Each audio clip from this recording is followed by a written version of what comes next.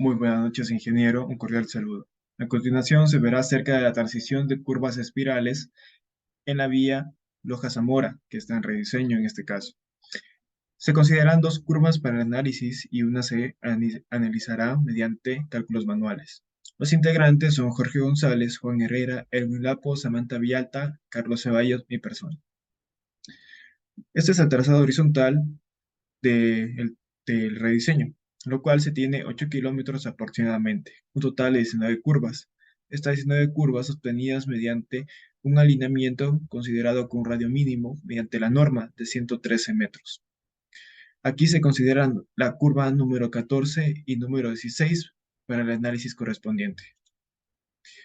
Hay que tener ciertas configuraciones en cuenta al momento de trazar el alineamiento para obtener las curvas espirales. En este caso, consideramos la abscisa del inicio de la línea que conecta con la curva que vamos a analizar. Ese caso es de 13.092.26 metros y se considera también la espiral de entrada y de salida, activándolas. Y se calcula automáticamente el valor de A o K. El radio mínimo se obtiene mediante normativa. Aquí tenemos cómo queda el resultado mediante el alineamiento, obteniendo los puntos más importantes como es el TE, el S, el PI, el CE y el T. Curvas espirales de transición. Bien, dando una introducción sobre este tema, tenemos que las curvas espirales de transición se utilizan para mejorar la comodidad y la seguridad de los usuarios que transitan por estas carreteras a través de vehículos.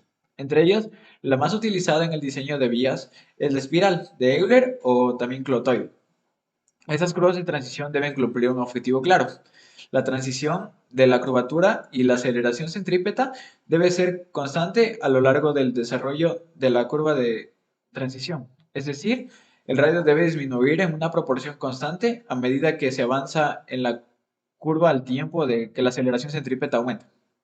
Aquí poseemos varios diagramas, por lo que en el primero se explica que cuando un vehículo llega a una curva circular simple, experimenta una variación repentina de la curvatura que va desde 0 hasta 1 sobre RC, en el punto de inicio de la curva, PC, que se mantiene a lo largo de toda la curva hasta que termina de nuevo, respectivamente, en el PT. Como segundo punto tenemos cuando se ingresa en una curva también se presenta un cambio en la aceleración centrípeta, tanto en el PC como en el PT, pasando de una aceleración nula en una recta a una definida. Como tercer punto, en cambio en las dos imágenes inferiores muestran la transición gradual de la curvatura y la aceleración centrípeta entre el tramo recto, tangente y la curva circular, utilizando una curva de transición tanto a la entrada como a la salida, como se observa en el esquema de la curva. Como primer punto se abre el DWG de la semana pasada y se procede a seleccionar el alineamiento. Una vez aquí nos vamos a Geometry Editor y de aquí nos vamos a este parámetro. Modificamos la espiral de entrada y de salida a un valor de 50. Como se puede ver, el valor de K se modifica automáticamente. Una vez aquí, eliminamos la curva circular simple. Aquí y aquí. Una vez hecho esto, nos vamos a este apartado. Free Espiral, Curve Espiral Between Two Entities. Seleccionamos la primera entidad y la segunda. Es menor a 180 grados, Enter. Es de 113, Enter. 50, Enter y 50, Enter. Aquí, como se puede ver, aquí se hizo la curva circular simple con transición. Hacemos lo mismo para el apartado de acá. Usamos esto, seleccionamos la primera entidad y la segunda entidad. De la misma forma, pues solo damos Enter, Enter, Enter y Enter. Y ya se dibujaron las dos curvas circulares, curvas espirales. Cálculo de las coordenadas manualmente. Para el cálculo manual de las coordenadas se le realizó utilizando Excel. Primeramente, se obtienen los datos disponibles en la curva ya realizada anteriormente, como es la tangente de entrada, salida, abscisas y coordenadas PI, radio de la curva, la cuerda unitaria y longitud de espiral. Luego de tener los datos, se calculan los elementos geométricos que se puede ver a continuación. Se calcularon tal cual la actividad anterior. Después se calcula las abscisas TE, S, CE y ET. Para el cálculo de la abscisa TE, se resta la abscisa PI con la tangente, y las siguientes abscisas, que son S, CE y ET, se obtienen sumando la longitud de espiral con su abscisa anterior. Las coordenadas tanto TE como ET se calculan mediante las fórmulas planteadas en el libro y los resultados se presentan a continuación, tanto para las coordenadas norte como para las coordenadas del este. Para el cálculo de la coordenada, de cada coordenada se lo realizará mediante el cálculo siguiente, como por ejemplo tenemos la primera abscisa que es de 13.840. Debe ser de la siguiente abscisa del TE un múltiplo de 10. Aquí se puede observar cada paso y cada resultado de cada dato.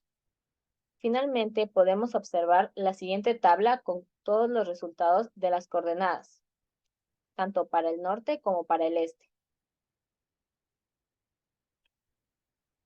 Una vez que se ha realizado el trazado de la curva espiral para el alineamiento seleccionado, tenemos estos 4 puntos importantes que se nos marcan en el programa Civil 3D, que sería la tangente de entrada, que sería el punto de empalme entre la espiral y el arco circular, el CS, que sería el punto de empalme entre el arco circular y la espiral, y la tangente de salida. Lo siguiente que tenemos que hacer es ubicar un punto en cada uno de estos elementos para así poder obtener sus coordenadas, para lo cual vamos a elegir la opción Points, creación de puntos, y seleccionamos la herramienta manual.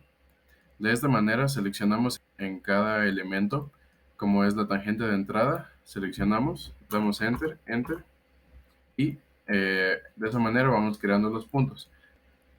Una vez que se ha trazado los puntos para cada uno de los 4 elementos geométricos que anteriormente mencionados, procedemos a seleccionar la opción de All Points en el espacio de herramientas, propiedades, y en la lista de puntos podemos observar que aquí se han marcado los 4 puntos que hemos creado con anterioridad, siendo el primero el de la tangente de entrada, que es este de aquí, y así podemos observar de esta manera las coordenadas norte y este, en las cuales se encuentran los puntos que hemos creado. Esta lista de puntos podemos seleccionarla y copiarla a un archivo de Excel para así poder proceder a realizar la comparación con los cálculos manuales realizados con anterioridad.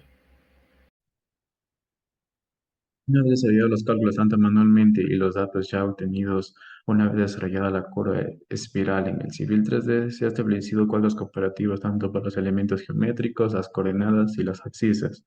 Dentro de lo que respecta a los elementos geométricos, ya con los datos obtenidos tanto manual y en el Civil 3D, para los elementos tanto para el parámetro, el ángulo de deflexión, el ángulo central, las coordenadas cartesianas del S y el PC, la tangente y externa de la curva, la tangente larga y corta, las coordenadas cartesianas, la cuerda larga, la deflexión del S, se mantienen ciertas igualdades entre estos datos. Sin embargo, tanto para la longitud de la curva circular y el grado de curvatura se establece cierta diferencia de milésimos. Ya que con lo que concierne a las abscisas, se ha establecido para los principales puntos la espiral tangente, la curva espiral, la espiral curva y la tangente espiral, ciertas diferencias entre datos, por lo que se detalla que estos mantienen una diferencia de una décima para cada punto. Y con lo que respecta a las coordenadas topográficas, para las principales, tanto para el ET y el CE se establece una diferencia de 1,92, mientras que el LS y el TE se establece una igualdad, y para las abscisas cada 10 metros existe una relativamente considerable diferencia, por lo que cada acuerdo de unidades de 10 metros. Esto ha sido todo. Muchísimas gracias.